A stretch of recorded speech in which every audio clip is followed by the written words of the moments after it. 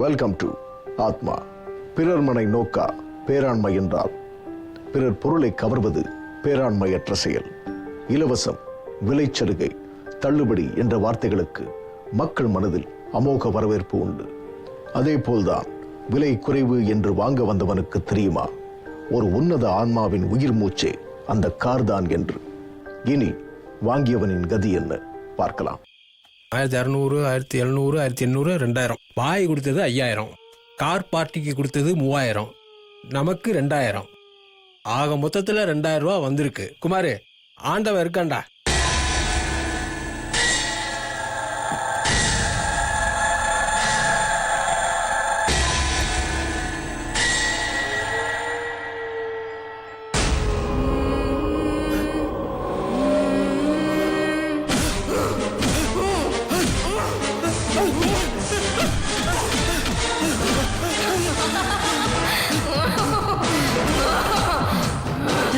இந்த கார்ல என்னவோ இருக்கு.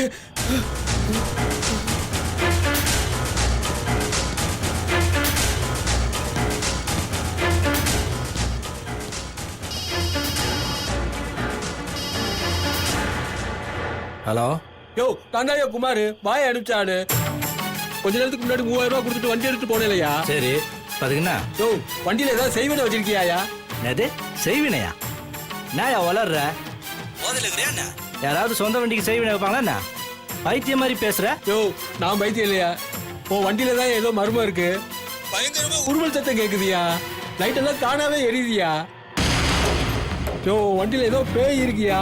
யோ என்னயா குஸ்திக்கிறியா? பேயா? என் வண்டியில பேர் இருக்குதுன்னு சொல்றியா? ஏதாவது நம்புற மாதிரி சொல்லியா?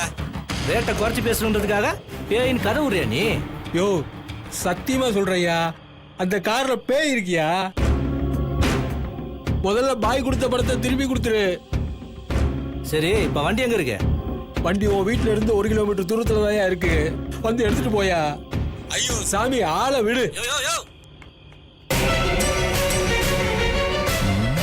இருக்குன்னு சொல்றான்.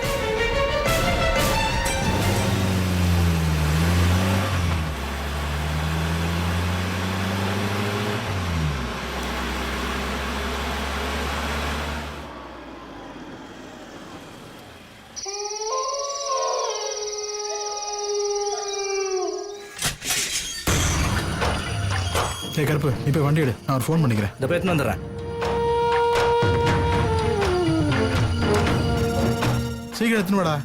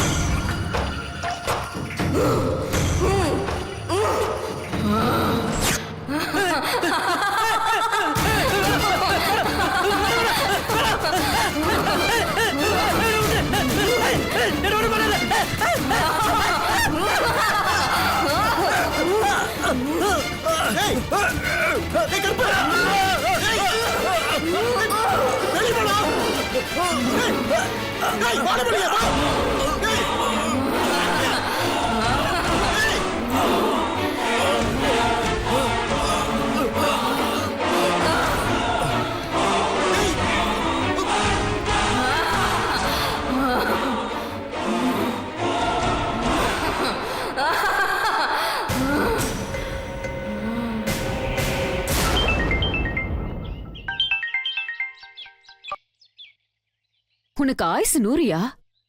இப்பதான் உன்னை நினைச்சிட்டு இருந்த, நீயே கால் பண்ணிட்ட. ஆமா, எனக்கு ஆயுசு 100 நீ தான் சொல்லிக்கணும். நான் இப்ப உயிரோட இருக்கிறது எவ்வளவு பெரிய அதிசயம் தெரியுமா? என்னையா சொல்ற? ஆமா மல்லியா, நான் சொல்ற விஷயத்தை கேட்டீங்கன்னா இப்ப நீயே சாக்காடுவ. அதெல்லாம் இருக்கட்டும், முதல்ல விஷயத்த சொல்லு. நம்ம கருப்பை பேய் கொன்றுச்சு மல்லியா. என்னது? என்னைய புதுசா கதை சொல்ற? ஐயோ, நான் உண்மைதான் சொல்றேன்.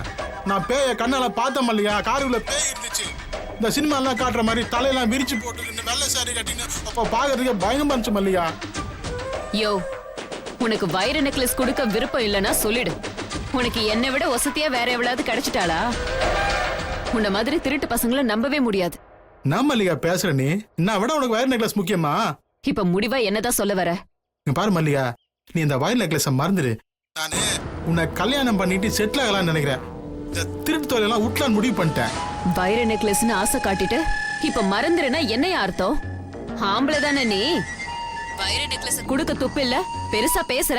ஐயோ மல்லியா, நெக்லஸ் எடுக்கணும்னா நமக்கு லாகர் கீ வேணும். லாகர் கீ காருக்குள்ள இருக்குது. காருக்குள்ள தான் பேய் இருக்குது. எப்படி?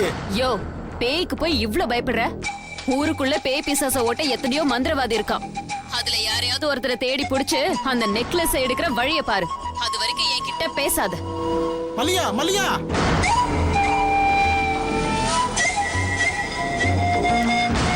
பேய் வட்ட மந்திரவாதியா? நமக்கு தோணாத போச்சா? நல்ல ஐடியாவா இருக்குது. ட்ரை பண்ணி பார்த்துட வேண்டியதுதான். என்னம்மா பிரச்சனை? இவ என் பொண்ணுங்க. அடுத்த மாசம் கல்யாணத்தை வச்சிருக்கேன். அதுக்குள்ள என்ன ஆச்சோ ஏதாச்சோ தெரியல. பேய் பிடிச்ச மாதிரியே இருக்கா. எனக்கு பயமா இருக்கு சாமி. நீங்க தான் இவளை எப்படியாவது காப்பாத்தணும். பயப்படாதீங்க, மாரியம்மன் இருக்கா, எல்லாம் அவ பாத்துக்குவா.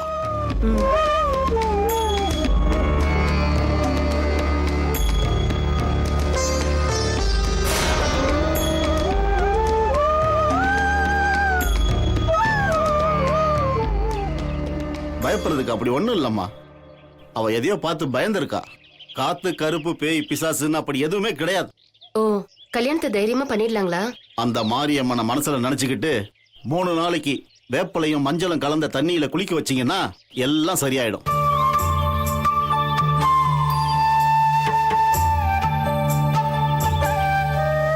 இந்தாங்க, வீட்டுக்கு போனதும் இந்த எலுமிச்சை பழத்தை புடிஞ்சு தண்ணியில கலக்கி குடிக்க வைங்க, எல்லாம் சரியாயிடும். சரிங்க சாமி. தைரியமா போயிட்டு வாங்க.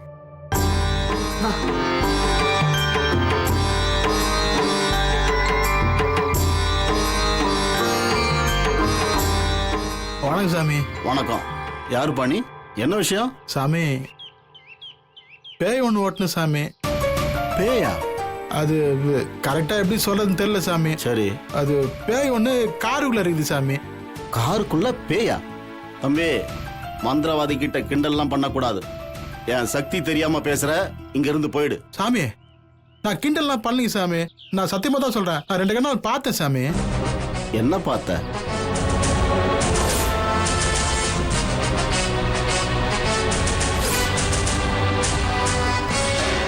நீ சொல்றத பார்த்தா அந்த காருக்குள்ள ஏதோ துஷ்ட சக்தி இருக்குன்னு தோணுது. ஆமா சாமி, எனக்கு அப்படிதான் தோணுது. தயவு செஞ்சு ஏதாவது ஒன்று பண்ணி அந்த கார்ல இருந்து பேயை ஓட்டி விட்டுருங்க சாமி. சரி, நான் பூஜைக்கு ஏற்பாடு பண்றேன். சரிங்க சாமி.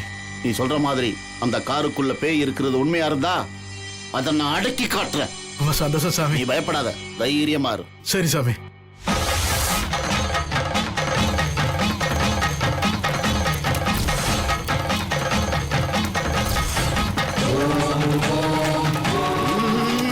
சுடுகாட்டு காளி, எனக்குள்ள இறங்கு. இனம் தின்னும் காளி, எனக்குள்ள இறங்கு. மாகாளி, மாகாளி, வாக்காளி, இந்திர காளி, இந்திர காளி.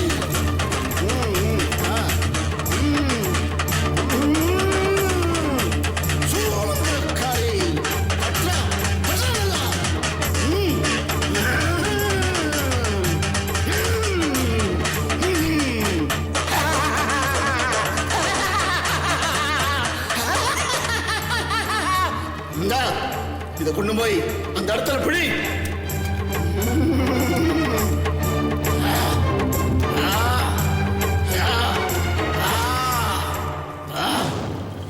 எவ்வளவு பெரிய துஷ்ட ஆவியா இருந்தாலும் என்கிட்ட ஒண்ணும் பண்ண முடியாது. நீ அட்ரா, அடி, நல்லா அடி. ஓம் காளி, ஓம் காளி வர சொன்ன பூஜையா? எதுக்கடா இப்ப என்ன கூப்பிட்ட? எப்ப மரம், புளிய மரம், பாழடைஞ்ச பங்களான்னு இருக்கும்போது எதுக்கு இந்த காருக்குள்ள வந்த? சொல்லு. அது ஏன் இஷ்டம். நான் எங்க வேணாலும் தங்குவேன். நீ யாருன்னு அதை கேக்குறதுக்கு? அந்த 3 பேரு எதுக்காக கொன்ன? 3 பேரு இல்லடா, 4 பேரு. உன் பக்கத்துல இருக்கானே, அவனை சேர்த்து கொள்ளுவேன். முடிஞ்ச தடுத்து பாரு. அதை விட மாட்டேன். உன்னை அடக்கி என் கட்டுக்குள்ள கொண்டு வந்து காட்டுறேன். என் கட்டுக்குள்ள வா. சொல்லு. எதுக்காக சொல்லு. சொல்றேன், சொல்றேன், சொல்றேன். சொல்லு, சொல்லு.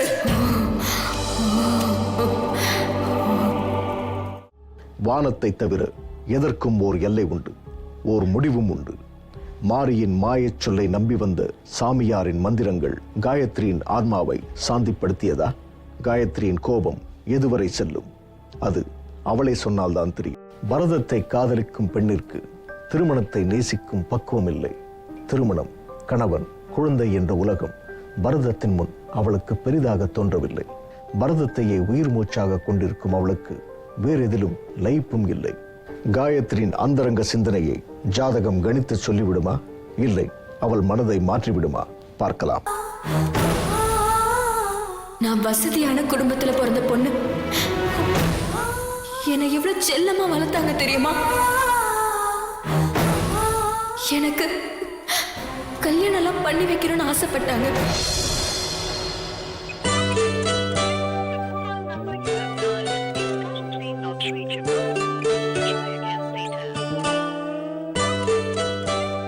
என்ன பத்மா, மாப்பிள்ளை வீட்டுக்காரங்க ஜாதகத்தோட வரேன்னு சொன்னாங்க, இன்னும் ஆளை காணோம்.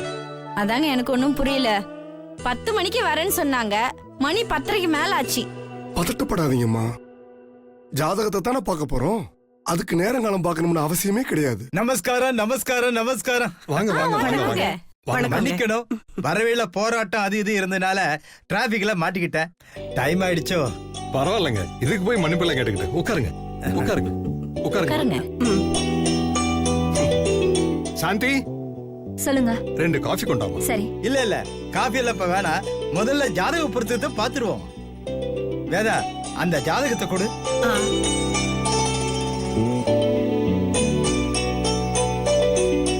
இந்தாங்க. உட்காருங்க.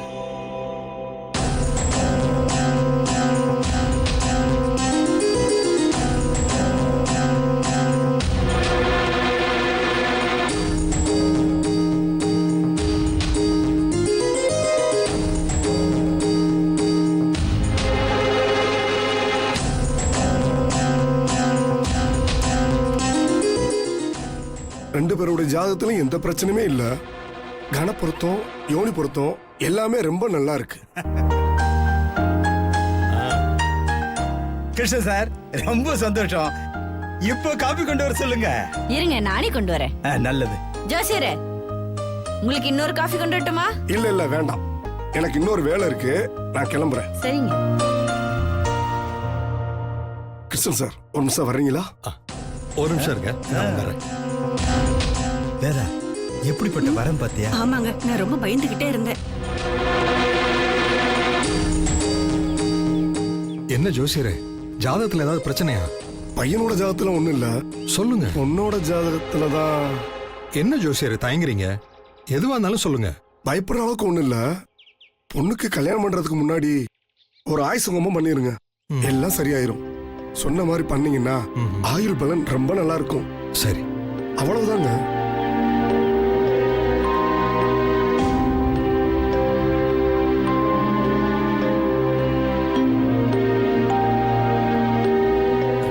உட்காருங்க. என்னங்க ஜோசியர் என்னங்க சொன்னாரு? பணம் கொஞ்சம் எக்ஸ்ட்ராவா கேட்டாரு, அவ்வளவுதான். எனக்கு இந்த ஜோசியத்துல எல்லாம் அவ்வளவா நம்பிக்கை இல்ல. பத்மா தான் எதையும் முறையா செய்யணும்னு ஆசைப்படுவா. இப்போ ஜோசி எல்லாம் பெரிய பிசினஸ் ஆயிடுச்சுங்க. பையனோட போட்டோ கொண்டு வந்திருக்கீங்களா? என்ன சம்பந்தியம்மா, இப்போ பையனோட போட்டோ எல்லாம் யார் எடுத்துட்டு வராங்க? அதெல்லாம் பழைய காலம். இத பாருங்க, இப்பெல்லாம் வாட்ஸ்அப், ஃபேஸ்புக் அதெல்லாம் வந்துடுச்சு. பையனோட போட்டோவை வாட்ஸ்அப்ல உங்களுக்கு அனுப்பிச்சிடுறேன். அந்த போட்டோவை உங்க பொண்ணுகிட்ட காட்டிடுங்க. சரிங்க. அப்புறம் ஒரு முக்கியமான விஷயம், பையன் லீவ்ல வந்திருக்கான். அவன் யுஎஸ் போறதுக்குள்ள கல்யாணத்தை முடிச்சிடலாம்னு பாக்குறோம். ரொம்ப நல்லதா போச்சு, சீக்கிரமா முடிச்சிருவோம். காயத்ரி சம்மந்தம் சொன்னா உடனே கல்யாணம் தான். அப்ப நாங்க கிளம்புறோம், வரோம். வரோங்க. ரொம்ப சந்தோஷம். அத போட்டோவை மறக்காம அனுப்பிச்சிருங்க. கண்டிப்பா அனுப்பிச்சிடுறேன். வாமா. வரோங்க. வாங்க. பத்மா, காயத்ரி எங்க ஆளை காணோம், ஒரு போனை போடு. அவ ஸ்டூடெண்ட் வீட்டுக்கு போயிருக்கா. நேர்ல வந்து அவகிட்ட பேசிக்கலாம். சரி. அக்கா, பவித்ரா இனிமே டான்ஸ் கிளாஸ்க்கு வரமாட்டாளாம். ஏன், அவளுக்கு என்கிட்ட கத்துக்கிறதுக்கு விருப்பம் இல்லையா? வேற எங்கேயாவது கிளாஸுக்கு போறாளா? ஐயோ, அப்படிலாம் இல்லக்கா. பவித்ராக்கு திடீர்னு மேரேஜ் ஃபிக்ஸ் பண்ணிட்டாங்க. அவளை கல்யாணம் பண்ணிக்க போற மாப்பிளைக்கு இந்த மாதிரி டான்ஸ் ஆடுறது பிடிக்காதான். பாவம், ரொம்ப நல்லா டான்ஸ் ஆடுவா. டான்ஸ் தான் அவளோட பேஷன். அத யாருக்காகவும் விட்டு தர மாட்டேன்னு என்கிட்டே சொல்லுவா. அவளே இப்படி மாறிட்டாளே. அவளே இப்படி மாறிட்டான்னு சொல்றீங்களே, ஒருவேளை நீங்களும் கல்யாணம் பண்ணிக்கிட்டீங்கன்னா பரதநாட்டியத்தை நிறுத்தி தானே ஆகணும். சான்ஸே இல்ல. நான் எந்த சூழ்நிலையிலயும் பரதம் ஆடுறத நிறுத்த மாட்டேன். அப்படியே நான் ஆடுறத நிப்பாட்டுற சூழ்நிலை வந்தாலும் நான் உயிரோடவே இருக்க மாட்டேன்.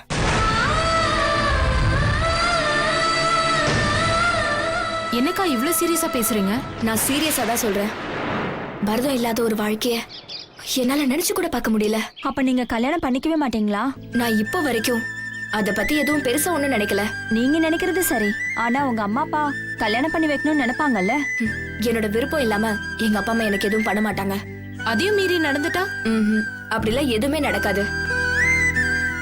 நான் எப்பவுமே பரதத்தை கத்து கொடுக்கிற டீச்சரா தான் கடைசி வரைக்கும் இருப்பேன். அப்படின்னா எங்களுக்கும் கல்யாணம் நடந்து எங்க குழந்தைங்களுக்கும் பரதம் கத்து கொடுக்கிற குருவா இருக்க போறீங்களா? என் வாழ்க்கை முழுவதும் நான் பரதத்தை கத்து கொடுத்துக்கிட்டே இருப்பேன். எல்லாருமே வெஸ்டர்ன் டான்ஸ், சால்சான்னு நிறைய கத்துக்கிறாங்க. ஆனா பரதம்ங்கிறது ஒரு அற்புதமான விஷயம். அது நம்ம கலாச்சாரமும் கூட. இந்த பரதத்தை நம்ம அழிச்சிடக்கூடாது. அதை அழியவும் நான் விட மாட்டேன். பரதத்துக்காக நான் என் வாழ்க்கையை கூட அர்ப்பணிச்சிருவேன். உங்களை நினைச்சா எங்களுக்கு ரொம்ப பெருமையா இருக்குக்கா. நீங்க கல்யாணம் பண்ணிக்க மாட்டேன்னு சொல்றது ரொம்ப நல்ல முடிவுதான். காயத்ரியின் உச்சபட்ச ஆசைகள், சிந்தனைகள், செயல்கள் எல்லாம் பரதம் என்று ஆகிவிட்ட பின் திருமணத்திற்கு பின்னும் அதை தொடர்வேன் என்று பரத்திடம் கூறிவிட்டாள். தன் உடலில் பரதக்கலை நிரந்தரமாக குடிகொண்டு விட்டது என்பதையும் சொல்லிவிட்டாள். பரத் மூலமாக காயத்ரியின் மனதில் மாற்றம் உண்டாகுமா? கலைக்கு அடிமையான பெண்ணின் வாழ்க்கையில் திருமண ஆசை குடிபுகுந்து விடுமா? கலைக்கு அடிமையான பெண்ணின் வாழ்க்கையில் திருமண ஆசை குடிபுகுந்து விடுமா? எப்பேற்பட்ட ஆண்மகனை பார்த்தாலும் தான் கொண்ட கலையின் நேசத்தினால் பார்க்காமல் செய்துவிடும். இந்த நிலையில்தான் இருக்கிறாள் காயத்ரி. அப்படிப்பட்ட காயத்ரியின் வாழ்க்கையில் மன வாழ்க்கை என்ற அதிசயம் நிகழ்ந்து விடுமா? பார்க்கலாம்.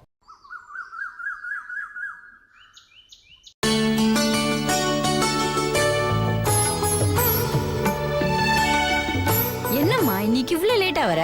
ஆமாமா, கிளாஸ் முடிஞ்சிட்டு ஸ்டூடெண்ட்ஸோட உட்காந்து பேசிட்டு இருந்தேன். பேசிட்டு இருந்ததுல நேரம் போனதே தெரியலமா. சரி, நான் போய் கொஞ்சம் ரெஸ்ட் எடுக்கிறேன்.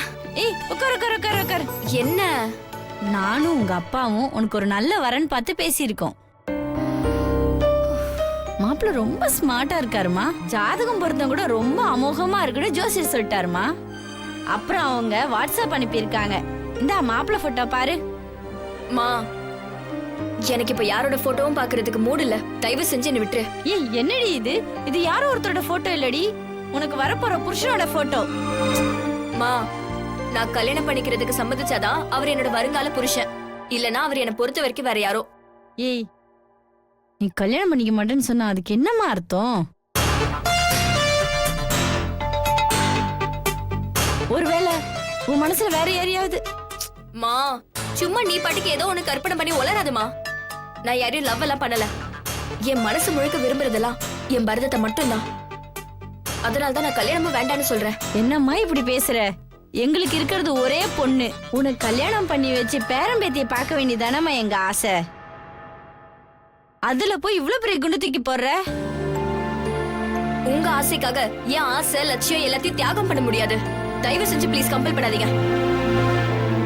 காயத்ரி, காயத்ரி,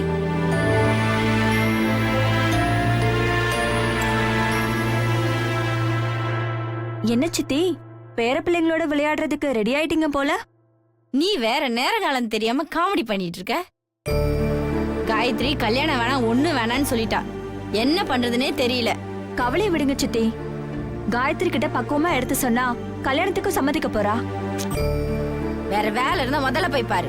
ஏன் காயத்ரி கல்யாணத்துக்கு சம்மதிக்கலன்னா என் வீட்டு பக்கத்துல ஒரு சாமியார் இருக்காரு. அவர்கிட்ட நம்ம காயத்ரிய கூட்டிட்டு போவோம். அவரு நம்ம காயத்ரிய வசியம் பண்ணி அவளோட மனச மாத்திருவாரு. அதெல்லாம் ஒண்ணும் வேண்டாம். மந்திரம் வசியம் பண்றதெல்லாம் ரொம்ப தப்பு. நான் மனசார கும்பிடுற அந்த சமயபுரம் மாரியம்மா எனக்கு துணை இருப்பா. நீ போய் வேலைய பார்.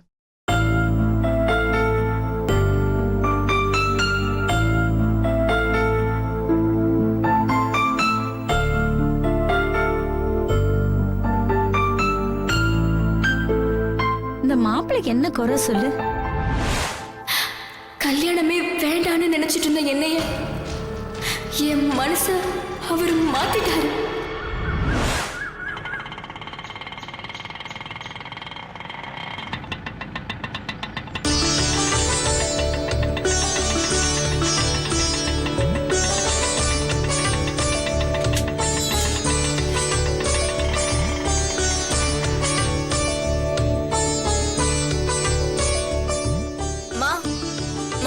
அந்த சலங்கை எடுத்து பூஜை ரூம்ல வச்சிருமா. என்ன சலங்கடி? மா அதாம்மா எனக்கு பரதம் சொல்லி கொடுத்தாங்களே என் குரு பத்மா சுப்பிரமணியம், அவங்க எனக்கு கிஃப்டா கொடுத்தாங்கல்ல அந்த கால் சலங்கைய சொல்றேன். பேக்ல அப்படியே வச்ச மாதிரி ஞாபகம் இல்லையே. மா பேக்ல தாம்மா வச்சேன், கொஞ்சம் நல்லா பாருமா. ஏய் என்ன ஜிப்பு திறந்தே இருக்கு? என்னம்மா சொல்ற? எங்க? இங்க தானம்மா வச்சோம். ஐயோ எங்க போயிருக்கு? ஐயோ ஒருவேளை ஆட்டோல மிஸ் ஆயிருக்குமோ? மா என்னம்மா சொல்ற? இந்த பேக் ஃபுல்லா நல்லா பாரு. நீ பாத்துட்டு இரு, நான் ஆட்டோவை பாக்குறேன்.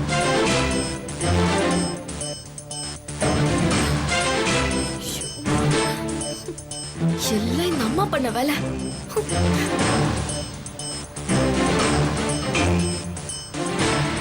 என்னம்மா ஆட்டோல பாத்தியாம்மா? அட போமா. இல்ல அந்த ஆட்டோக்காரன் போயிட்டான். மா இப்போ என்னப்பா பண்றது? என் குரு எனக்கு ஆசீர்வாதம் பண்ணி எனக்கு கொடுத்த சலங்கம்மா அது. அத போய் இப்படி தொலைச்சிட்டேனேமா.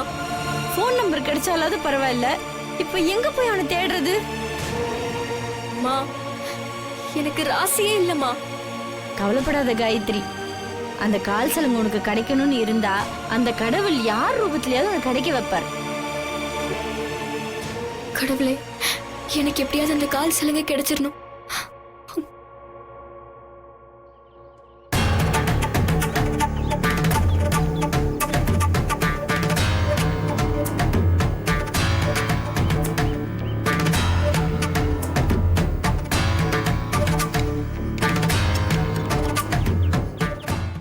தான் நேசிக்கும் பரதத்தின் மேன்மையை உணர்ந்த காயத்ரிக்கு தனது குரு தன் திறமைக்கு கொடுத்த பரிசை தொலைத்தவுடன் அவள் தன்னையே இழந்தது போல் துவள்கிறாள், அழுகிறாள். இந்த சூழலில் பரத் அவளை கவர்வானா? பரதத்தின் மேல் உள்ள ஈர்ப்பால் அவள் அவனை நிராகரிக்கப் போகிறாளா? காயத்ரி மனதை பறிகொடுப்பாளா? நம்பி வந்த மணமகன் ஏமாற்றமடையப்படுவானா என்று ஒரு பெண்ணின் பார்வை அசைவால் பல சாம்ராஜ்யங்கள் சரியும். ஒரு ஆணின் கண்ணியத்தால் பல பெண் மனங்கள் நிலை குலையும். நாளை பார்க்கலாம். இது ஆத்மா.